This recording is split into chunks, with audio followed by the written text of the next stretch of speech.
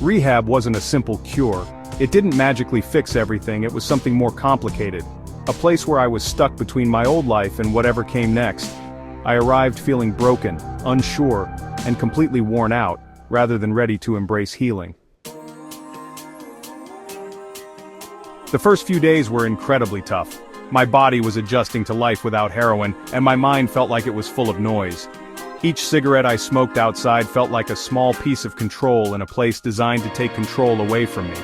Rehab wasn't about freedom, it was about having structure.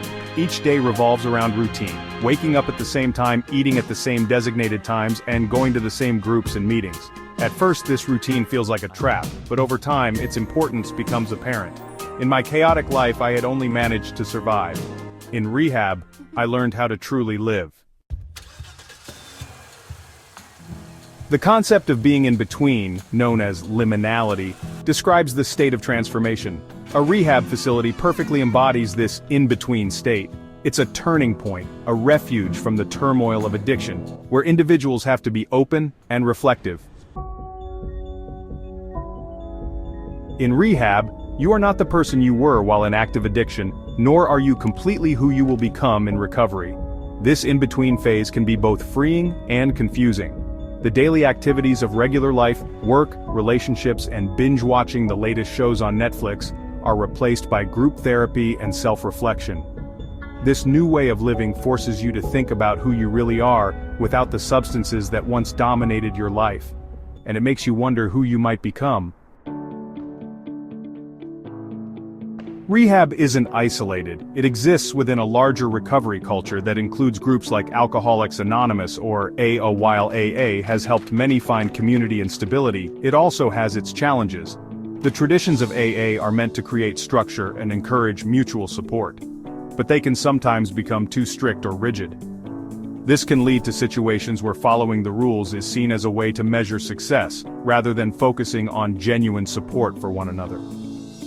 The tokens or chips that celebrate milestones in sobriety are meant to inspire pride and motivation. However, they can unintentionally create a competitive atmosphere.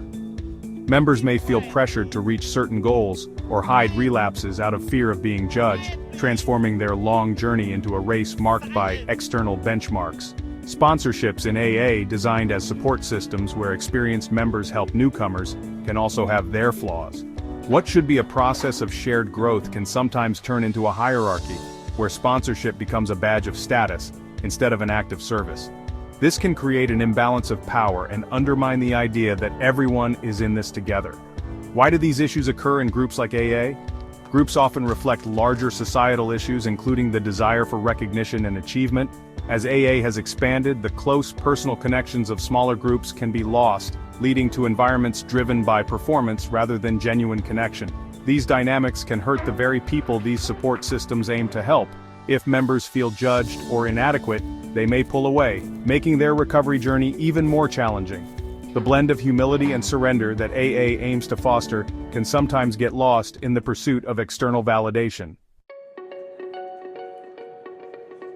Despite its shortcomings, rehab and recovery programs offer vital support. They bring stability during chaotic times and serve as a framework for change. Rehab forces you to face the fractured parts of yourself, the self you became during addiction and a self you're trying to rediscover. This self-examination can be painful, but it's a necessary part of the process. I started to think of rehab like a cocoon. It wasn't comfortable, nor was it meant to be. Transformation isn't straightforward. Some days I felt like I was progressing, while other days I felt like I was falling apart. What I discovered later is that sometimes you must unravel before creating something new. Rehab and recovery groups like AA provide essential structure and community in a time of upheaval. However, their flaws remind us that no system is perfect. Real change involves more than just rules or milestones. It requires deep reflection, vulnerability, and the courage to confront the most difficult parts of ourselves.